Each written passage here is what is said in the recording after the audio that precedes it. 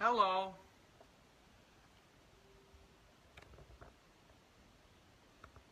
Nobody's going to talk back, but I guess that's the way this works, isn't it? Let me turn on this thing over here. Oh, there's a Rojo over there, so there's Rojo is going to talk to me. Hi.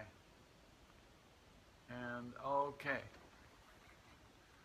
Nobody's here with me yet, but it takes a minute for things to register here. Okay, we're going to do a little bit more. Hi, Roseanne. A little bit more with Tripura Rahasya, and just in case somebody's catching this for the first time, here's a short part of the introduction from Swami Rama. A great yogi does not belong to any caste, creed, sex, or ethnic group because he has already transcended all superficial limitations. Hi, Joe.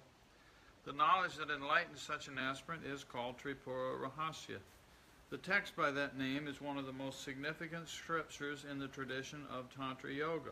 Its beauty lies in the fact that it expounds the lofty knowledge of inner truth while systematically offering practical instructions on Shakti Sadhana. I'm not going to read that whole paragraph, just as a little introduction in case somebody looks at this and they're new to it.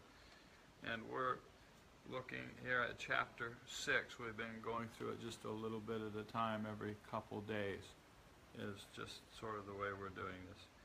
This is about, this chapter 6 is entitled The Doubts of Hemachyuta and the Teachings of Hemaleka on Firm Faith. Remember, or in case you don't know, the text is a dialogue between the student Parashurama and the teacher Dattatreya.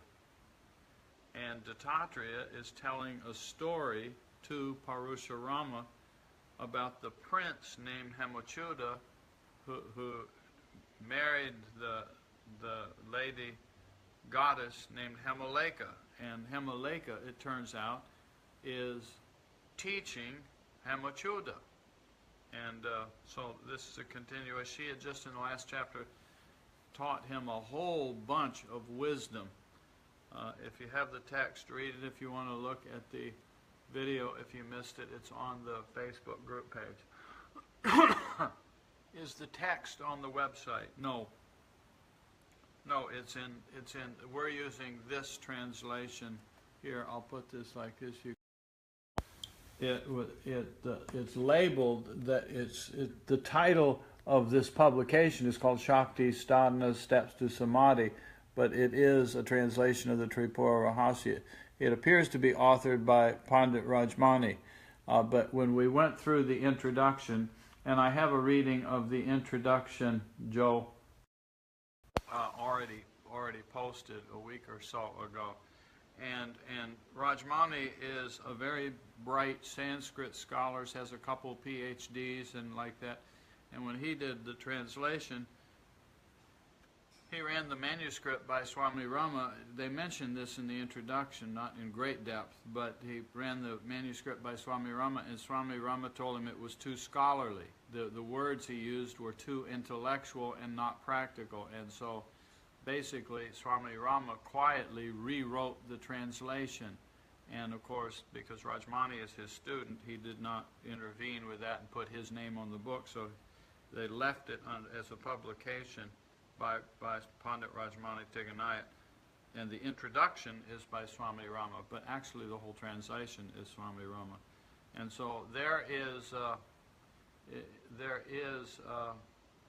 I think I may have a public domain translation of this on my website. I'm not exactly sure. I should check that, but I think that I found one and copied and pasted it on there. But there is a public domain translation of the Tripura Rahasya somewhere out there on internet.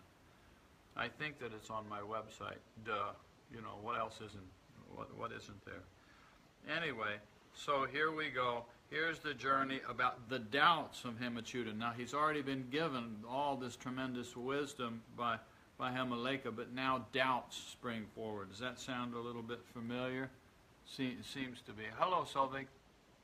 Hello, Matyas.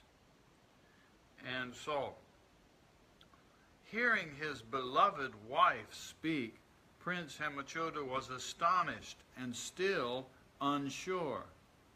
He did not know that she was an enlightened being. Smilingly, he asked her, "Sweetheart, everything you said seems to be like building a mansion on sand. Your speech and facts do not match. You are the daughter of a celestial nymph and were brought up by a rishi. You have just recently reached your adulthood, but the events you are describing would take generations to occur. You talk like a woman possessed by spirits." Da-dum, drum roll, drum roll. "There is no consistency in your story. What can I possibly make of it? Tell me where this maidservant of yours is and the son who captivated her. Tell me where that city is, or forget all this and just tell me, where is that maidservant?" Character in the previous story that Hemoleka told him a story that started with a maidservant. "I did not meet any maid. My mother is in the palace. Go ask her. My father has only one wife. Tell me immediately where such a maid is to be found and where her son is. You are talking in parables, like that of a barren woman who claims to have a son. Your story reminds me of a comedian in a drama who claimed a barren woman's son is riding a chariot reflected in a mirror. He is wearing silver ornaments made from the shiny inner surface of a shell. He killed a king who had not yet been born with weapons made from human horns while fighting in a forest in the sky.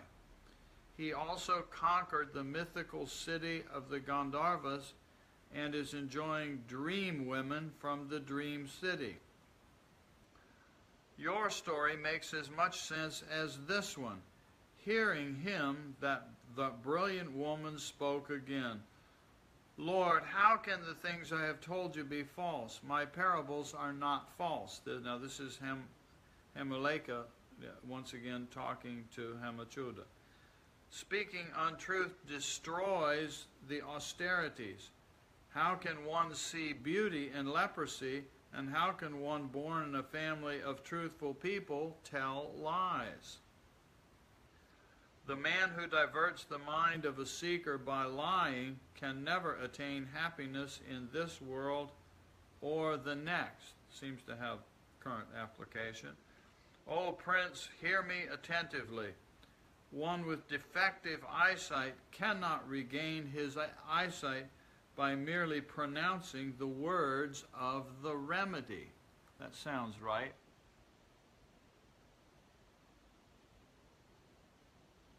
"You have been looking for it," Joe says. I'm not sure what you mean by that. "An ignorant person considers helpful advice to be worthless. How can I, your beloved wife, lead you, who sincerely wants to find the truth, to the unreal? Even if my statements are utterly contradictory, you can understand them through the help of your subtle and discriminating intellect. People are accustomed to making judgments in their daily activities.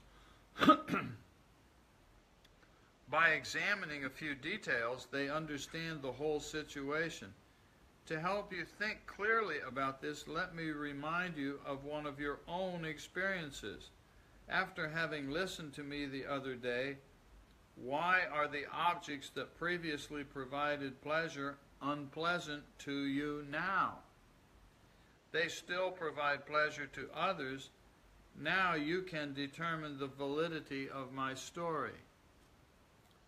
That was part of the previous story. He listened to what she had to say about Tripura and the way reality works, and he started losing his interest in worldly things. Now she's reminding him of that. "O Prince, I am telling you the truth. Please listen to it humbly. Not trusting a trustworthy person makes one his own worst enemy. Firm faith is a mother. She protects those who take refuge in her, as a compassionate mother protects her own child in all difficulties. Hola, Nicholas. Hi, Chandramuli. That fool who does not have firm faith in the teachings of the self-realized ones loses wealth, happiness, and reputation.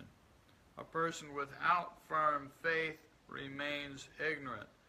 And to me, I'm going to add here, when I hear this word faith, it's easy to think that that's supposed to mean, faith in a sort of religious, just believe what we tell you because we're the priests kind of thing. But there's another word that I think works nicely with it, is a sense of certainty. So we hear a story, we take in a principle, somehow we may not understand it thoroughly, but somehow it intuitively makes sense. And then we allow that sense of the truth of it to gradually have a certainty to it. Not a blind faith, belief, blah, blah, blah. It is firm conviction that sustains the whole and is the life of all. Tell me, how could a child survive without having full faith in his mother? Good example. Faith in mother. How can a young man be happy if he does not trust his wife? How can an old man rest peacefully if he has no confidence in the younger generation?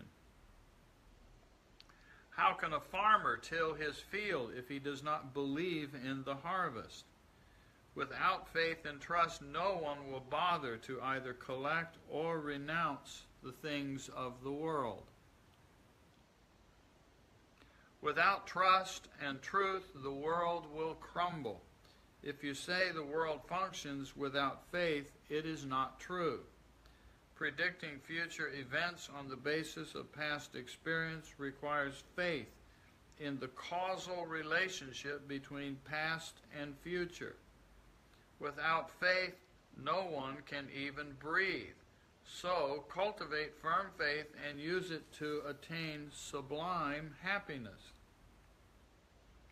If you think that one should not rely on stupid people, then listen. This thought is based on faith in their unreliability. Hello, Marydell. That's an interesting way to put it. Faith in another person's unreliability is a form of faith, isn't it? After hearing her brilliant sermon, the prince asked again, Hamaleka, according to you, faith is necessary for spiritual growth. You say I must develop faith in wise people so that I can attain the state of auspiciousness. One who wants to attain the highest good should not trust the wicked, or he will be victimized. Those who seem good on the surface may be crooked inside and may deceive us. Like the fish who becomes the victim of an alluring worm wrapped around a fisherman's hook. Therefore, one should discriminate between the wise and honest and between the wicked and deceitful. There are many examples of those who created problems for themselves by trusting someone unwise, and those who got out of difficulties by having faith in the wise. But the question is, how can you be certain your judgment about whether people are wise or wicked is correct? Your judgment itself requires scrutiny. Being challenged in this manner, Hamaleka answered her husband, O prince, listen to me. First, decide whether a man is good or bad.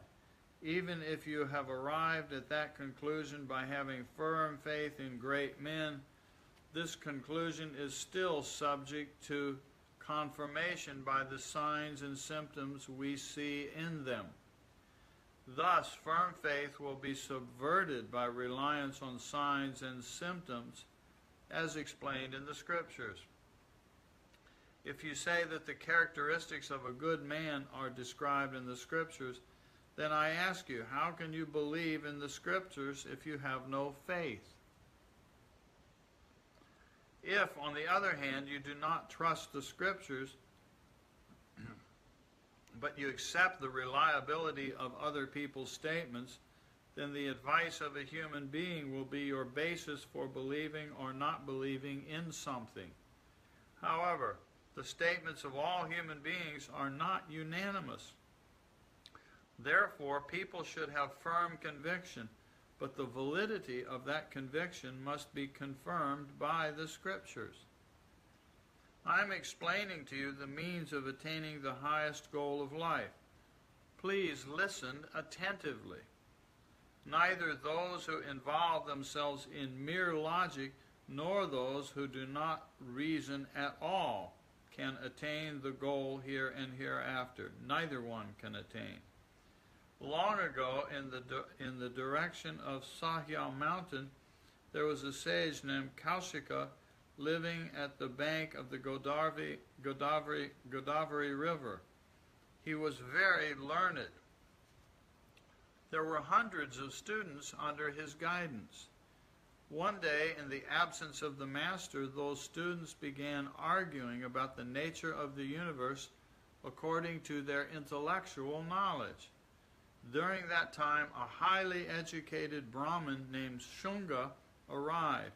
He used his mental skills and defeated all of them in debate.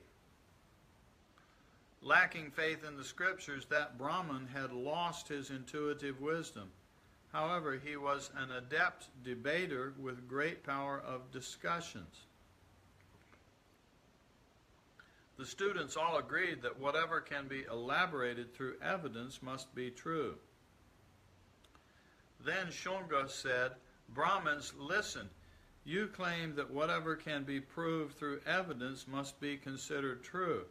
But in this way, truth can never be proven, because if the evidence is inconclusive, the conclusion derived from it will be faulty too. Therefore, first one must evaluate the evidence. The evidence has to be validated through some other proof. In order to determine the faultlessness of the new proof, one must depend on still other evidence. Thus, a logician falls into the fallacy of infinite regression, and nothing at all can be shown to be true. Therefore, the thinker, the object, and the source or means of knowledge can never be proven. The conclusion we come to is shunya, the void. Yet the void cannot be proven without reliable evidence. Trying to prove the void ends in void. Impressed by these arguments of Shunga, the students with shallow knowledge followed him, accepting Shunyavada, the philosophy of the void. Because of their confidence in Shunga, they got lost in the jungle of the philosophy and ruined their lives. But there were a few discriminating students who presented the views of Shunga to their learned master and received a proper answer, which dispelled their doubts. Therefore, only one who abandons mere logic and reason with the assistance of the genuine Scriptures attains the highest state. Only one who abandons mere logic and who reasons with the assistance of genuine Scriptures attains the higher state. Hearing his wise, beloved Hemachyuta was even more surprised and finally admitted, "Darling, you are so learned. I did not know it before. You are blessed, and I am blessed because I have your satsang. All that is attainable can be attained through firm conviction. How do you acquire that? Where should one place his faith and where not? There are numerous scriptures that seem to contradict each other. There are even differences amongst preceptors and commentators about a single scripture. Also, one's own intellectual convictions vary from time to time.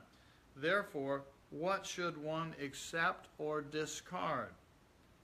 Every teacher considers his opinion to be valid and often refutes others' opinions, claiming them to be unconvincing. Because of this, one cannot reach a definite conclusion even through the scriptures. For example, the teacher who proclaimed Shunya, the void, to be the supreme reality considered the theories of the others to be faulty. His statements concur with the scriptures belonging to his own philosophical school. Excuse me. So why should we not rely on those statements? I believe you have already considered this question. Therefore, sweetheart, please help me understand clearly. At least now he's knowing where to turn for the answers, huh? Thus ends chapter 6 with the description of the importance of firm conviction on the path of enlightenment. Now we have chapter 7. We should do this. We have time to do this. And this is on contemplation and different methods of worship. At the request of her husband, Hemoleka, who knew the mystery of the universe, continued explaining more to come. O beloved, compose yourself with reverential attention. I will answer your questions. The mind is like a monkey, jumping incessantly. Because of such a mind, people ordinarily get caught in damaging activities.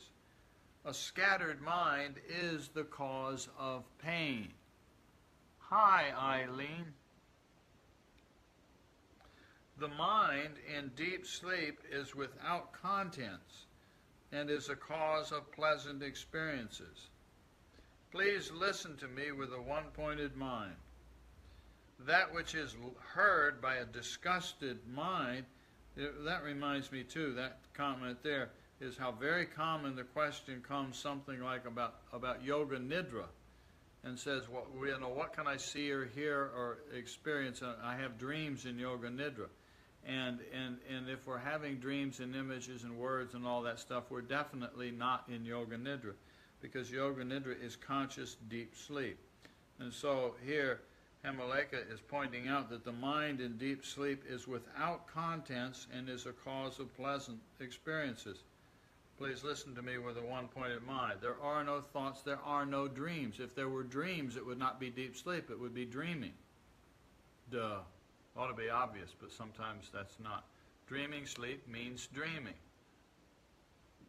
Sleepless sleep, dreamless sleep, deep sleep means no dreams. As soon as there's a dream, it's no longer deep sleep. That which is heard by a disgusted mind is as good as not heard at all, like a tree in a painting that cannot bear fruit. When a person abandons mere logic and begins believing in his own convictions, he gains the desired fruits. Therefore, one should practice sadhana with the help of pure reason. After attaining the faith born of pure reason, a person achieves everything here and now. Oh dear, renounce this useless logic. All the activities of this universe are based on shraddha, firm faith, and shraddha alone is helpful. With determination, at the right time, the farmer tills the land. Similarly, discarding the useless uncertainty of the mind and having faith, people make decisions regarding the value of silver, gold, gems, and medicine. One should be aware of one's ultimate goal, as the scriptures explain, and then make sincere efforts on the path of sadhana. Logic is without foundation. Unlike Shunga, one should not abandon his duty. effort made with firm faith never fails. How can one miss the goal if he is working with firm faith and making sincere efforts? With faith and effort, farmers grow crops, businessmen earn money, kings vanquish enemies, intellectuals study, laborers work, the gods drink ambrosia, and meditators realize the absolute. Nothing can be achieved without sincere effort. Think carefully and tell me, has one without faith who does not think reasonably ever attained? Has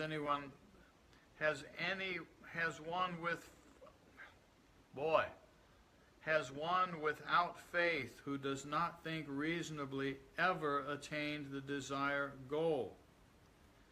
A man who has a skeptical nature and is without conviction can never receive the desired fruits of his actions. He is his own enemy. One must have immense faith supported by right reasoning and sincere effort if he is to select the means for attaining the highest good. Make use of the means you have. There are various methods for attaining the goal. Whatever you feel to be appropriate, consider that to be the way for yourself, according to the scriptures and one's own experience. One should start practicing sadhana. I will tell you these secrets. Here's this word again. Please listen to me attentively, she says. That which removes sorrows should be considered the highest good. If one observes subtly, he will find sorrow everywhere in the world. That which is mingled with sorrow cannot be the highest good. Wealth, son, wife, kingdom, treasures, strength, fame, worldly knowledge, intellect, and physical beauty are all impermanent. All these objects are deadly, as if located in the mouth of a poisonous snake. Because of attachment to wealth and other objects of the world, there is delusion. Delusion arises out of attachment. Attachment leads to misery. The highest good is not born out of the delusion arising from wealth and other worldly objects. Maheshvara is the cause of the universe, but because of attachment, people are not aware of that. Even a magician deludes people through his skill, but his power is limited. He cannot fool everyone. If ordinary people cannot see through the illusions conjured by a magician of limited power, then who can cross the mire of delusion created by Maheshvara, the Supreme Lord? One who knows how to be free from illusion gets freedom from it. He can lead a perfectly healthy life and thus obtain all the joys. But that knowledge through which joy is obtained is not possible without grace. Without the grace of Maheshvara, how can the mire of delusion be crossed? Therefore, his grace is most essential. After being blessed by him and attaining Mahavidya, supreme knowledge, through his grace one can cross the mire of delusion. Advanced techniques of pranayama and other yogic practices are described in the scriptures as a means for attaining supreme knowledge, but without the grace of Maheshvara they cannot lead to the final goal. Therefore, one should gain the profound knowledge of the Absolute. This knowledge enables yogic sadhana to remove delusion. Though no one has seen its emergence, the universe seems to be the work of someone. It is made of parts, and some intelligence must have brought it into existence. The origin of this universe is deep and profound. Therefore, it is subject to investigation with the help of a purified mind and the sayings of the Scriptures. With the help of these, one knows that the cause of the universe is not comparable to anything else. Although some scriptures and philosophers say that this universe came into existence without cause, these arguments are invalidated by authoritative scriptures. Sensory evidence does not lead anywhere. It will certainly never lead to liberation, and great men do not heed such evidence. Those scriptures that support such a theory need to be denounced.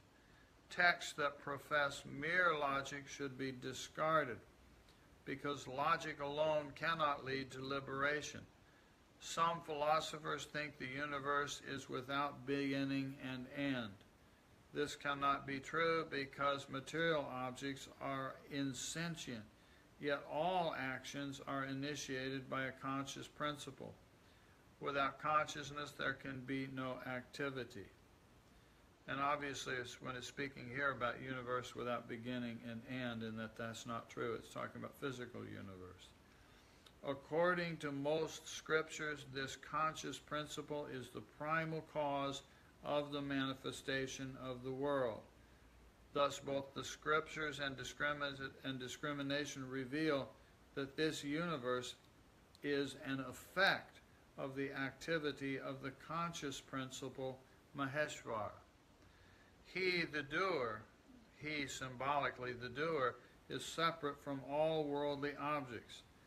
The nature of the universe is indescribable, for it is vast, a heaven of unimaginable diversities. Therefore, the conscious principle, or primeval doer, is indescribable and has limited power and capabilities. He is the source of all power and therefore can lead all seekers. He is the way. I want to elaborate this point by giving an example. Himaleka said, when employers are pleased with the honest service of their employees, they reward them accordingly. The Lord of the universe is full of compassion, and all the desires of his devotees are fulfilled. A true seeker is desireless. Rich people are generally greedy, ungrateful, and lack compassion. Roseanne wrote, free. Yeah, I can hear you saying it, free. Whatever is obtained from them is trivial and short-lived. But the merciful Lord, who is all compassionate, is blissful. His grace is everlasting. The fruits received from such sadhana do not decay. If God is not like this, how could he remain unblemished? How could this universe be so well regulated? The countries of kings whose administrations are not well managed fall apart, but the universe runs smoothly and seems well organized by the grace of the compassionate Lord. There are two methods used by seekers for attaining the absolute reality: having desires and being desireless. Those who surrender themselves without any hesitation are guided by providence. Among many approaches to realizing God, the first is to remove the obstacles. The second is to gain the means, and the third is complete dedication and self-surrender. Self-surrender is the surest of all methods. People of the world worship God to fulfill their desires. As a result, their mundane desires are fulfilled. However, the worship should be sattvic.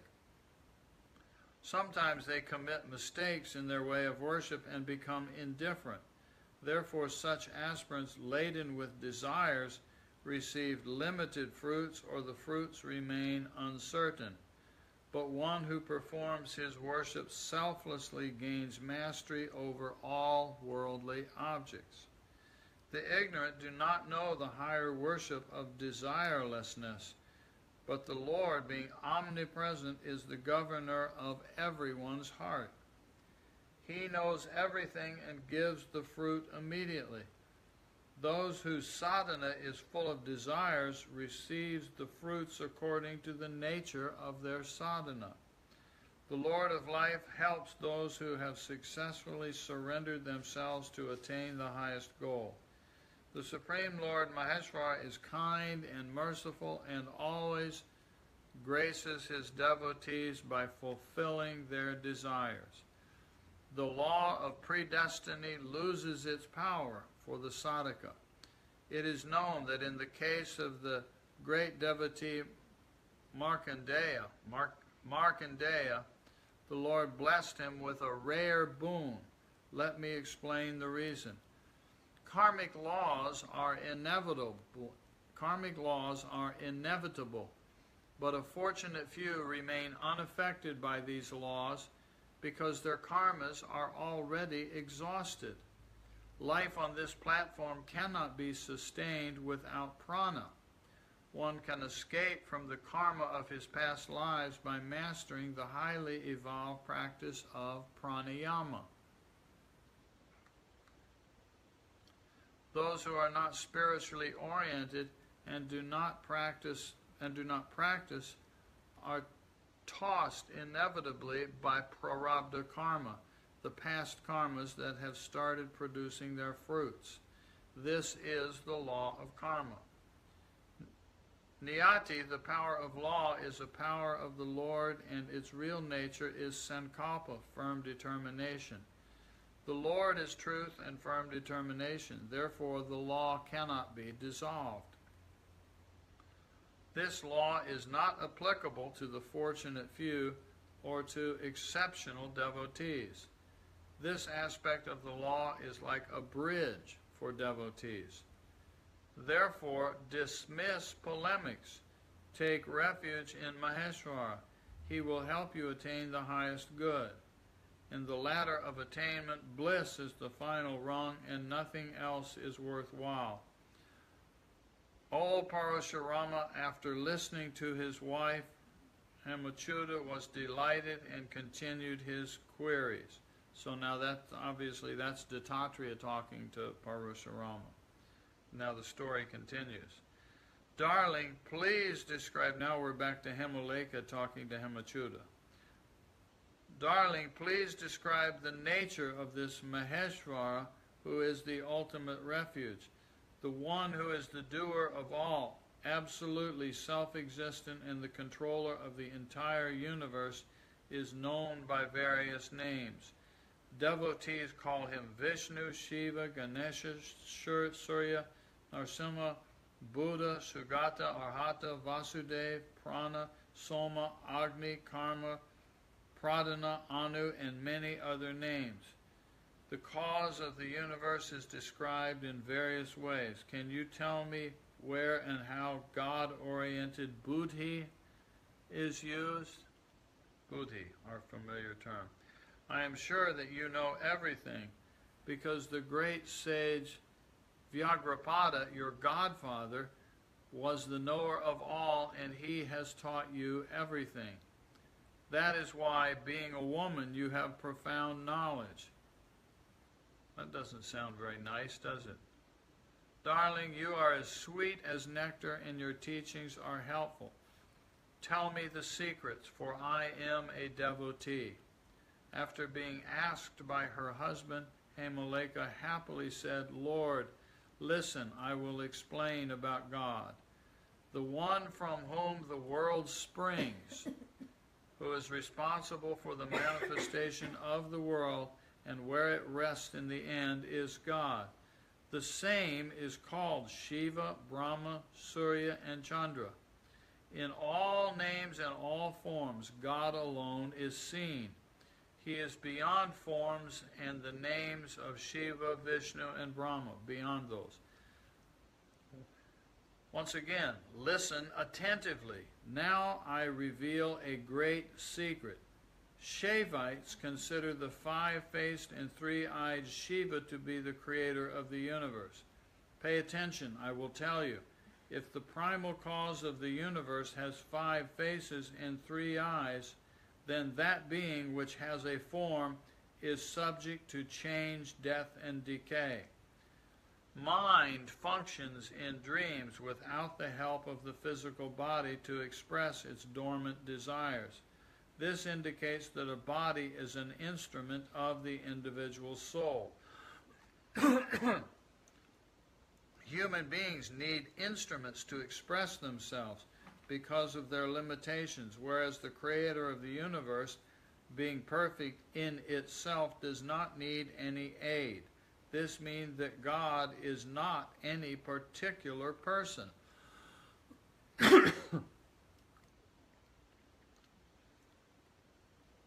Only God is sovereign and without the aid of any other has manifested the world. Therefore, it is concluded that God is never embodied. Nice sentence. Therefore, it is concluded that God is never embodied in any form. Otherwise, he would depend on some sort of instrument in order to create the world. The universe was never created, but was manifested. All these forms of the world have been manifested by him, yet he is beyond all names and forms. God, being omnipotent, omnipresent, and omniscient, is the sovereign power without a second. God cannot be perceived. He projects the universe. There is only one without a second. The ignorant remain confused. The ignorant remain confused about formless absolute reality. In their ecstasy, they visualize the Supreme in different forms.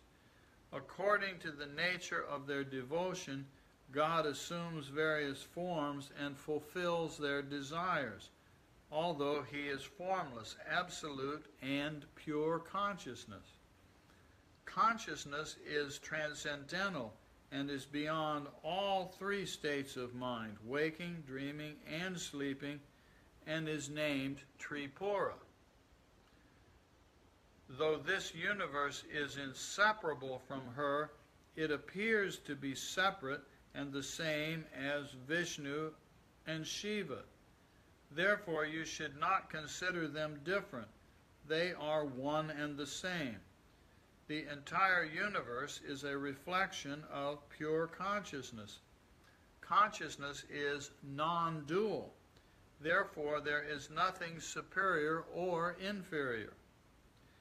It is in respect to lower states or forms of consciousness that people consider some forms of God to be more significant than others. But that's only, as it says, in respect to lower states. They are but projections of the human mind. Therefore, a wise man should worship or meditate only on the absolute state of consciousness beyond names and forms. However, those who are not capable of comprehending the absolute should selflessly and with full determination worship God in any name or form that is pleasing to them. Even if one is born 1,000,000 times, he will not find another way. Thus ends chapter 7, in which the nature of the Absolute is described both as formless and with form. Let's stop there, to be continued. Next comes the dialogue between sage Hamaleka and Hemachuda continues. He's not done yet. He's really starting to figure out that she's the one that knows. And so he's slowly getting smarter, but he's knowing who to listen to now.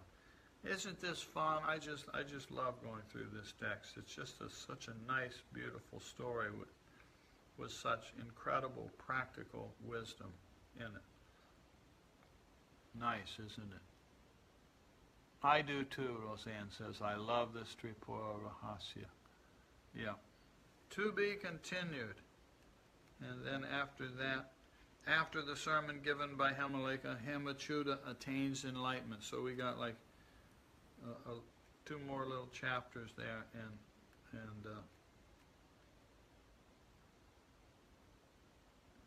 And Hemachyuta will have finished the journey, and now he can teach everybody, or something like that. Anyway, pause for now.